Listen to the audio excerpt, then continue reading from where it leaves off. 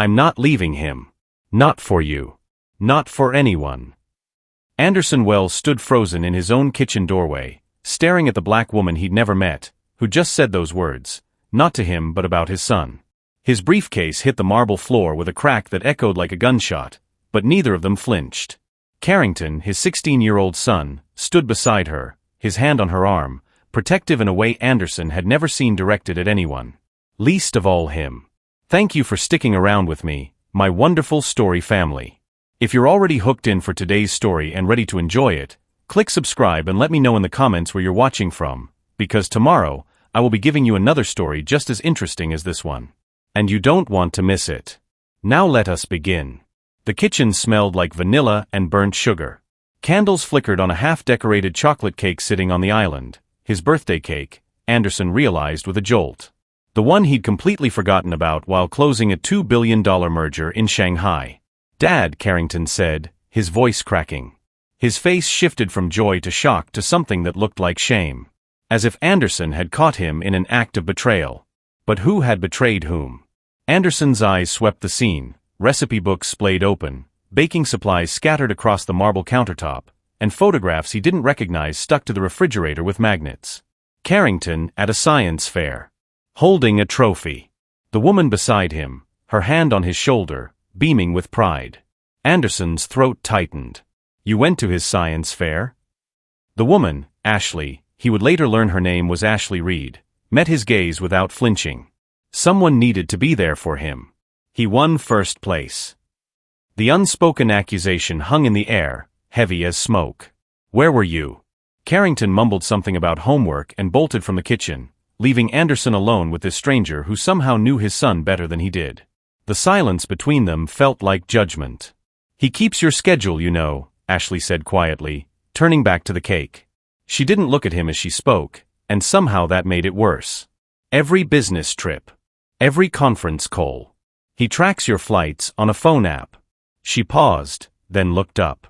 He worries about you, Mr. Wells. Anderson sank onto a kitchen stool, the weight of 3 years of grief and 6 months of absence crushing him all at once. His voice came out raw, broken. I don't know how to reach him anymore. After his mother died, I know about Mrs. Wells, Ashley said gently. Carrington talks about her often. She hesitated, choosing her words carefully. He's afraid you'll disappear too. Physically, you're already halfway there. The words hit like a fist to the chest. Before Anderson could respond, his phone buzzed on the counter. His CFO's name flashed across the screen. The merger. The legacy deal. The thing that had consumed the last 6 months of his life and justified every missed birthday, every unanswered call, every moment he told himself his son would understand later. Ashley turned away, focusing on the cake. Her silence was louder than any accusation. Anderson stared at the phone. Then at the photographs on the refrigerator. Then at the woman who had done what he should have been doing all along. With trembling fingers, he declined the call and placed the phone face down on the counter. Tell me, he whispered. Tell me everything I've missed. 3 years ago, Anderson Wells had everything. A wife who loved him. A son who adored him. A thriving tech company that was changing the world. He was the kind of man people wrote articles about, the visionary behind the revolution, Forbes called him. He had a corner office in Manhattan, a mansion in Westchester, and a family that felt like home. Then his wife got sick. It started with headaches she brushed off as stress. Then the dizziness. The diagnosis came 3 months later, stage 4 glioblastoma. Inoperable. Aggressive. Terminal. They had 6 months. Anderson tried to be there. He canceled meetings, postponed launches, held her hand through every chemo session. But when the treatment stopped working, when the doctors told them there was nothing left to try, something inside Anderson broke. He couldn't watch her fade. Couldn't sit in that hospital room and feel helpless.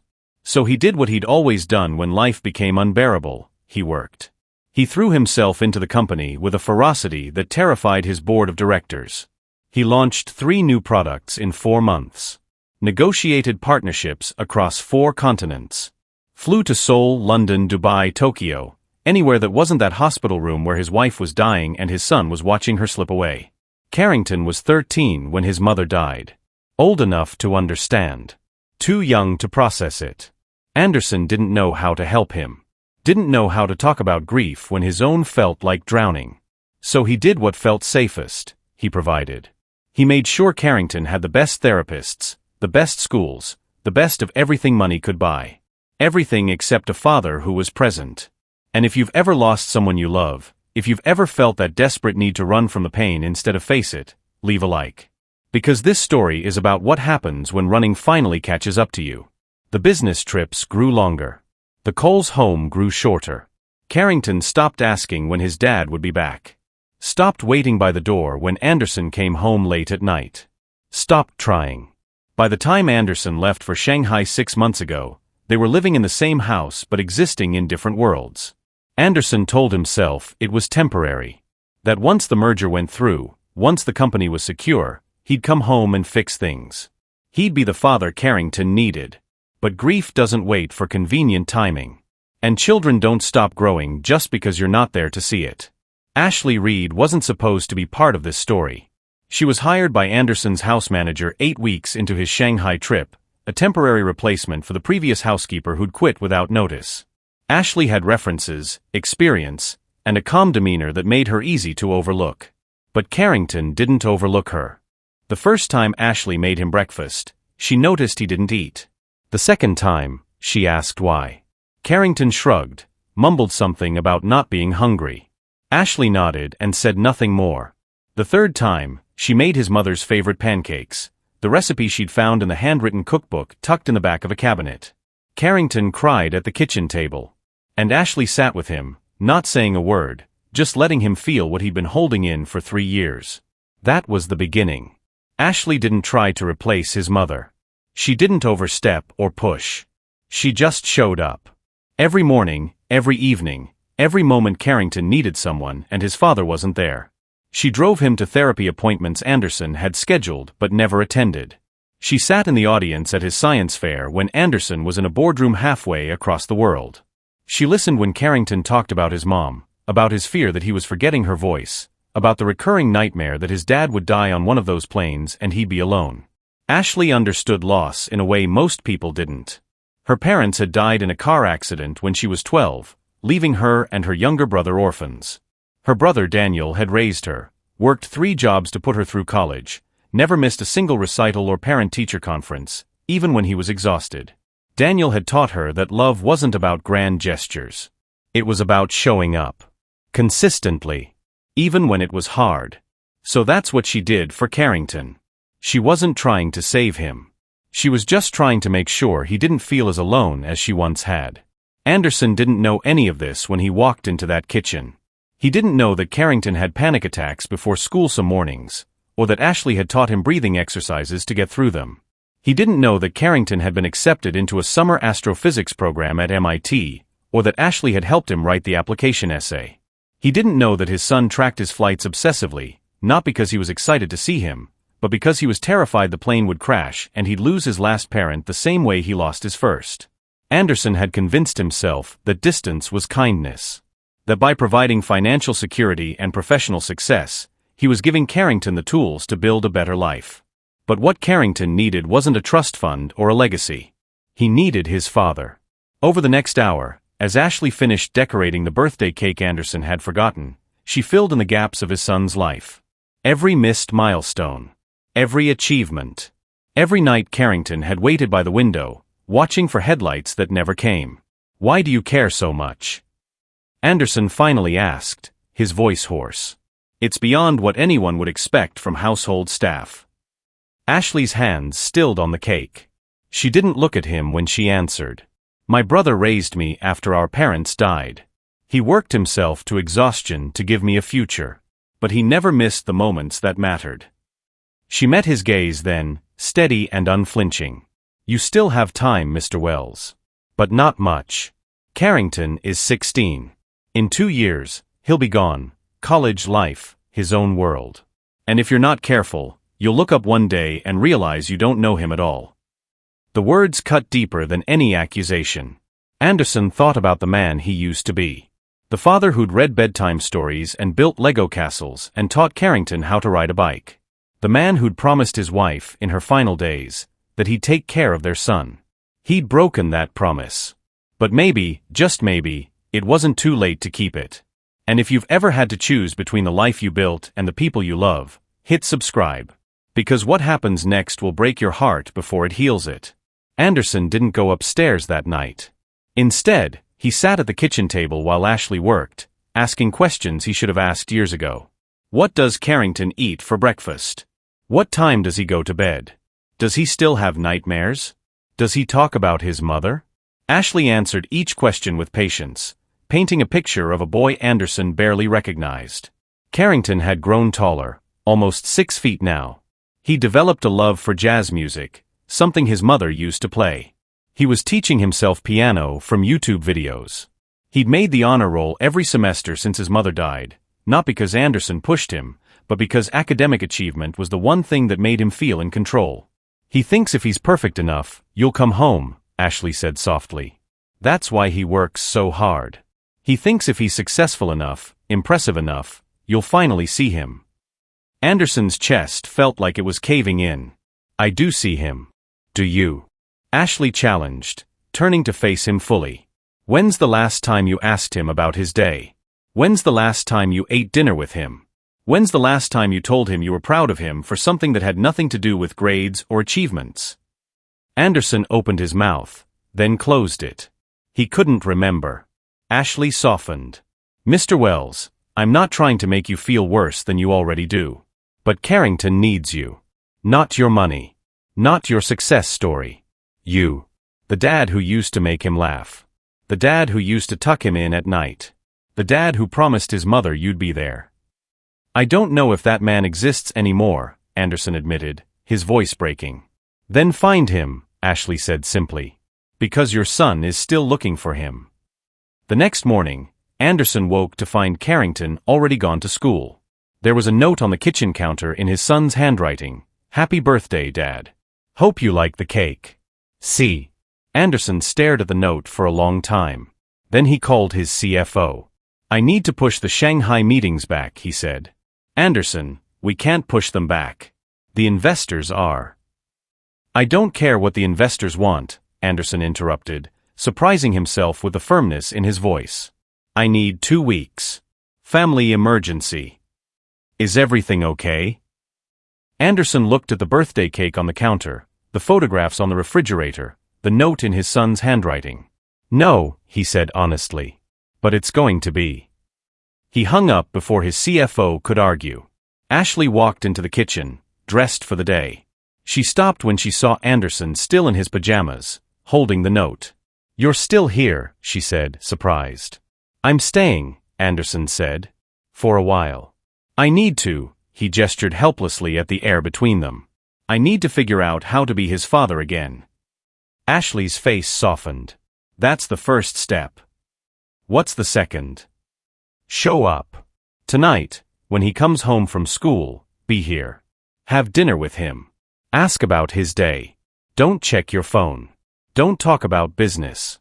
Just be present. It sounded so simple. But for Anderson, it felt like the hardest thing in the world. That evening, Anderson waited in the kitchen. He'd sent his assistant a dozen messages turning down calls. He'd silenced his phone. He'd even asked Ashley to help him cook, something he hadn't done since his wife died. When Carrington walked through the door at 4:15 p.m., he stopped dead in the hallway. Dad? You're home. I'm home, Anderson said, wiping his hands on a dish towel. I thought we could have dinner together. If you're free. Carrington looked at Ashley, confused, as if asking for permission or explanation. Ashley just smiled and nodded toward his father. Yeah. Sure. I just need to finish some homework first. No, Anderson said quickly. Homework can wait. I want to talk to you. I want to hear about your day. About school. About. He swallowed hard. About everything I've missed. Carrington's expression shifted through a dozen emotions: surprise, suspicion, hope, fear. Finally, he set his backpack down slowly. Okay. They sat at the kitchen table, just the two of them, while Ashley discreetly excused herself to work in another part of the house. Anderson served the pasta they'd made. It was slightly overcooked and the sauce was too salty, but Carrington ate it without complaint. "So," Anderson started, his voice uncertain. "Ashley tells me you won first place at the science fair." Carrington's eyes lit up for just a moment before dimming again. "Yeah. It was a project on gravitational waves. Kind of nerdy." "It's not nerdy. It's brilliant." Anderson leaned forward. "Tell me about it." And slowly, hesitantly, Carrington did. He talked about his research, about the hypothesis he'd tested, about the judge's questions. As he spoke, his posture relaxed. His words came faster. He smiled, really smiled, for the first time since Anderson had come home. Anderson listened. Really listened. He didn't check his phone once. He asked questions. He laughed at Carrington's stories about his lab partner who kept breaking beakers. For 2 hours, they sat at that table. And for 2 hours, Anderson remembered what it felt like to be a father. 3 days later, Anderson got the call he'd been dreading. His CFO was furious. "The investors are threatening to pull out. They want face-to-face meetings. They want you in Shanghai by Monday or the deal is dead." Anderson looked across the living room where Carrington was sprawled on the couch, showing him a video about black holes on his laptop. They'd spent the last 3 days together, cooking breakfast, watching movies, talking about everything and nothing. "Let it die," Anderson said. "What?" "Let the deal die. I'm not going." "Anderson, this is a $2 billion merger. This is your legacy." "My legacy is sitting on that couch right there," Anderson said quietly. "And I almost lost him chasing something that doesn't matter nearly as much." He hung up. Carrington looked up from his laptop. "Was that about the Shanghai deal?" Anderson walked over and sat beside his son. "Yeah. Are you going?" "No." Carrington's eyes widened. "Dad, that deal is huge. You've been working on it for months. You can't just—" "Watch me," Anderson said. He put his arm around Carrington's shoulders, pulling him close. "There will be other deals. Other mergers. But I only get one chance with you. And I'm not missing any more of it." Carrington was quiet for a long moment. Then, so quietly Anderson almost missed it, "I missed you, Dad." Anderson's throat tightened. "I missed you too, son. More than you know." If this story is reminding you of someone in your life, someone who needs to hear that they matter more than any career, any deal, any success, share this video. Because the people we love need to know they're worth staying for.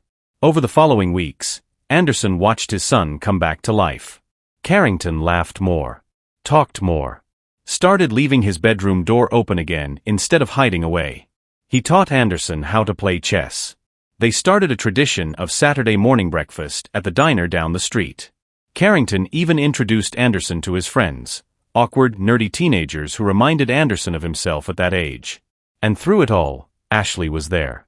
Not as an employee. Not as a housekeeper. But as part of the family they were rebuilding. One evening, after Carrington had gone to bed, Anderson found Ashley in the kitchen cleaning up from dinner. "Thank you," he said. Ashley turned, surprised. "For what?" "For loving my son when I couldn't. For being there when I wasn't. For not giving up on either of us." Ashley smiled softly. "I didn't do anything special, Mr. Wells. I just showed up." "That's everything," Anderson said. "That's exactly what I needed to learn." He stepped closer, his heart pounding in a way that had nothing to do with business deals or board meetings. "Ashley, I know this is complicated. I'm your employer. You work for me. But these past few weeks, watching you with Carrington, spending time with you." "Mr. Wells." "Anderson," he corrected gently. "Please." Ashley met his eyes. "Anderson. You're going through a lot right now. Reconnecting with your son, processing your grief. I don't want to be a complication." "You're not a complication. You're—" Anderson searched for the right words. "You're the reason I found my way back. Not just to Carrington. To myself. To the man I used to be before I let grief and work consume everything." Ashley was quiet for a long moment. "I care about Carrington very much." "I know. And I care about you too," she admitted softly. But this family is just starting to heal. I don't want to disrupt that. You won't, Anderson said. You're part of what's healing us. It didn't happen overnight. Ashley set boundaries. They took things slowly. For months, they were just friends, 3 people learning how to be a family in this new, unconventional way. Carrington noticed, of course. Teenagers always do. One day, about 4 months after Anderson had come home, Carrington cornered his father in the study. So, Carrington said, trying to sound casual and failing. You and Ashley. Anderson looked up from his laptop. What about us? Come on, Dad. I see how you look at her. How she looks at you. Carrington shifted his weight. I just want to know, is this weird for you? Because it's not weird for me. I think Mom would have liked her. Anderson's eyes stung. You do? Yeah. Mom would have wanted us to be happy. And Ashley makes you happy. She makes me happy too. Carrington smiled slightly. So if you're waiting for my permission or whatever, you have it. Ask her out. Officially. Stop dancing around it. Anderson pulled his son into a hug. When did you get so wise? I learned from the best, Carrington said, his voice muffled against his father's shoulder. Ashley taught me. They both laughed. That Saturday, Anderson took Ashley to the park where he'd proposed to his wife 15 years earlier. Not because he wanted to replace those memories, but because he wanted to honor them by building new ones. I need to tell you something, Anderson said as they walked along the path. When I came home 6 months ago and saw you with Carrington, I thought I'd lost everything. My son. My family. My chance at being the father I'd promised to be. Ashley listened, her hand warm in his. But you didn't just give me a second chance. You showed me what love actually looks like. It's not grand gestures or expensive gifts or building empires. It's showing up. Every day. Even when it's hard. Especially when it's hard. He stopped walking and turned to face her. My wife taught me how to love. She gave me the greatest gift of my life, our son. And I will always love her for that. But you, Ashley, you taught me how to live again. How to be present. How to be the man my son needs and the man I want to be. Ashley's eyes were shining. Anderson. I'm not asking you to replace her. No one could. But I'm asking if you'd be willing to build something new with us. With me and Carrington. A family that looks different than what we had before, but is still full of love. I'm still your employee, Ashley said, but she was smiling through her tears. So quit, Anderson said simply. Or don't. I don't care about the logistics. I care about you. About us. About the life we could build together. Ashley laughed, wiping her eyes. You're serious. I've never been more serious about anything in my life. He took both her hands. Ashley Reed, would you give me the honor of letting me prove to you, every single day, that you made the right choice? That's the worst proposal I've ever heard, Ashley said, laughing. Is it working? Yes, she whispered. Yes, it's working. He kissed her then, right there in the park where he proposed to his first love, and felt the weight of 3 years of grief finally begin to lift. Anderson stood in the kitchen, the same kitchen where everything had changed, watching Ashley and Carrington argue about whether to put chocolate chips or blueberries in the pancakes. Chocolate chips are not breakfast food, Ashley insisted. Everything is breakfast food if you eat it at breakfast, Carrington countered, grinning. Your father needs to weigh in on this. Anderson held up his hands. I'm staying out of it. I learned my lesson about getting between you two. They all laughed. The company had survived without the Shanghai merger. Anderson had promoted his COO to handle day-to-day operations and taken a step back to focus on strategy, and more importantly, on being present. He still worked hard. Still cared about the business. But it didn't consume him anymore. He'd learned the difference between working to live and living to work. His phone buzzed on the counter, a reminder about Carrington's college campus tour that afternoon. MIT. The astrophysics program. The dream his son had been chasing for years. Ready to go look at dorm rooms? Anderson asked. Carrington's face lit up. You're still coming? Wouldn't miss it for the world. Ashley squeezed Anderson's hand under the table. No words needed. Just the quiet acknowledgement that they'd made it. Through the grief. Through the distance. Through all the pain and mistakes and missed moments. They'd made it to the other side. And they'd made it together. If this story touched you, if it reminded you that it's never too late to choose the people you love over everything else, subscribe. Share this with someone who needs to hear it. Because the best legacy we can leave isn't measured in dollars or deals. It's measured in the love we give and the moments we choose to be present for. Thank you for being here. Thank you for listening. And remember, it's never too late to come home.